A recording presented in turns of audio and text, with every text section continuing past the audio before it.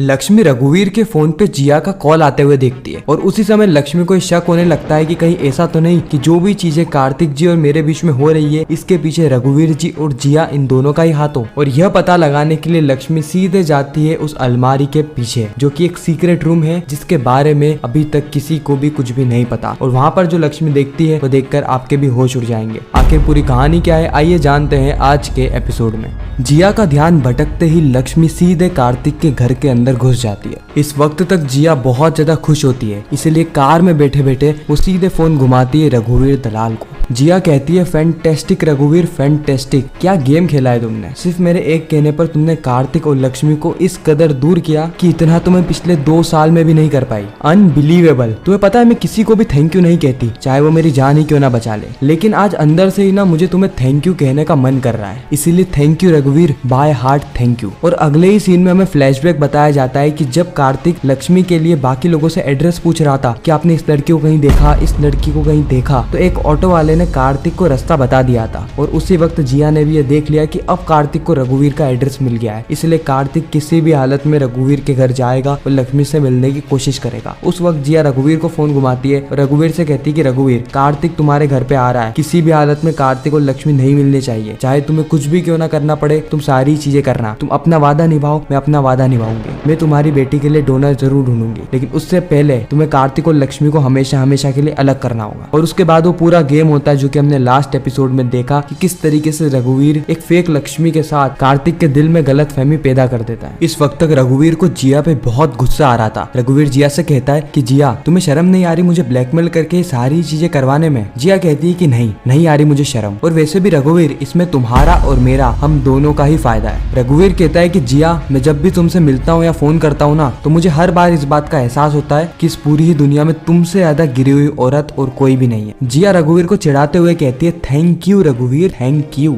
इस और मानो कार्तिक का दिल पूरी ही तरीके से टूट गया होता है, इसीलिए कार्तिक गुस्से में लक्ष्मी और अपने सारे फोटो को इकट्ठा करता है और एक डस्टबिन में डाल देता है। और ना सिर्फ फोटो को, लक्ष्मी से रिलेटेड जितनी भी चीजें उसके पास होती है जो कि उसने इतने महीने तक संभाल के रखी थी, इतने महीने तक संजो के रखी थी, सिर्फ इस उम्मीद से कि जब उसे लक्ष्मी मिल जाएगी तो ये सारी ही यादें हकीकत में तब्दील हो जाएगी, उन सभी को डस्टबिन में डालता है और उसे जला देता है, लिटरली जला देता है। और कमरे में धुआं देखकर उमेश और गायत्री दोनों ही डर जाते हैं। ये चिल्लाने लगते हैं कि कार्तिक क्या हुआ है, और सीधे कार्तिक के कमरे में घुसते हैं। अभी तो चिल्लाहट होती है ये लक्ष्मी को भी सुनाई दे जाती है, क्योंकि इस वक्त तक लक्ष्मी भी कार्तिक के घर के अंदर ही मौजूद होती है, इसलिए लक्ष्मी भी कार्तिक के कमरे की ओर जाने लगती है। उमेश कार्तिक से कहता है कि कार्तिक ये तुम क्या कर रहे हो, तुम अपनी और लक्ष्मी की सारी फोटो जला क्यों रहे हो। कार्तिक कहता है क्योंकि मैं लक्ष्मी को भुला चुका हूँ, अब मैं मेरी नई जिंदगी की शुरुआत करूंगा और मैंने लक्ष्मी को पीछे छोड़ दिया है। उमेश कहता है कि कैसी बातें कर रहे हो कार्तिक, तुम और लक्ष्मी को छोड़ोगे, मैं यकीन ही नहीं कर सकता। कार्तिक, मुझे पता है कि तुम बहुत ज्यादा डरे हुए हो, बहुत ज्यादा घबराए हुए हो, क्योंकि तुम्हारी जिया से शादी हो रही है, तुम एक बार कह दो मैं इस शादी को कैंसिल करवा दूंगा। कार्तिक कहता है कि नहीं पापा नहीं, मुझे ये शादी करनी है, मुझे भी अपनी जिंदगी में आगे बढ़ना है। जो लड़की मुझे भूल चुकी है मैं उसे भी अपनी जिंदगी में कभी भी याद नहीं करूंगा, मैं अपनी जिंदगी की नई शुरुआत करने जा रहा हूँ। और ये सारी बातें लक्ष्मी खड़ी खड़ी सुन लेती है। साथ ही कार्तिक यह भी कहता है कि मैं जिया के साथ शादी जरूर करूंगा, वह जिया जो कि हर कदम पे मेरे साथ रही, हालांकि उसने मुझे पाने के लिए बहुत कुछ गलत चीजें करी, मुझे भी नुकसान पहुंचाया, परिवार को भी नुकसान पहुंचाया, लेकिन आखिरकार वो मुझसे प्यार करती है, वो कभी भी मुझे छोड़कर नहीं गई। लेकिन वह लक्ष्मी इतने महीनों से कहाँ है, कैसी है, उसने कुछ भी हालचाल नहीं बताया, ना ही हालचाल पूछा। उसके बिना मैं किस तरीके से जी रहा था ये उसने जानने की कोशिश नहीं करी, इसलिए मैं भी अब उसको भुला चुका हूँ और मैं जिया से शादी जरूर करूंगा। गायत्री कहती है कि कार्तिक, मुझे पता है कि तुम अभी थोड़ी प्रॉब्लम में हो, टेंशन में हो, लेकिन मैं भी ये बात जानती हूँ कि जिया तुम्हारे लिए सबसे सही लड़की है, इसीलिए मैंने पंडित जी को बुलाया है। कल पंडित जी आएंगे और तुम्हारी और जिया के शादी की तारीख निकाल के जाएंगे। और यह बात सुन के मानो लक्ष्मी के पांव तले जमीन खिसक जाती है। लक्ष्मी को बिल्कुल भी विश्वास नहीं होता है कि उसका पति यानी कार्तिक, जिसने उसके साथ 7 जन्म निभाने का वादा किया था, वो अब किसी और लड़की से शादी करने के लिए तैयार हो गया। वह भी वह लड़की जिसने लक्ष्मी की जान लेने की कोशिश करी, कार्तिक की जान लेने की कोशिश करी, उसके पूरे परिवार को नुकसान पहुंचाने की कोशिश करी, वही अब कार्तिक की वाइफ बनने वाली है। रघुवीर को यह बात पता लग गई थी कि लक्ष्मी वापस से बिना बताए कहीं चली गई है। रघुवीर को टेंशन होने लगता है कि कहीं वो कार्तिक से मिलने तो नहीं गई। अगर वो कार्तिक से मिल लेगी तो उसे सारा सच पता लग जाएगा कि किस तरीके से मैंने कार्तिक के साथ धोखा किया। हो कुछ और रहा था और कार्तिक को दिखाया कुछ और, फिर वो मुझसे नफरत करने लग जाएगी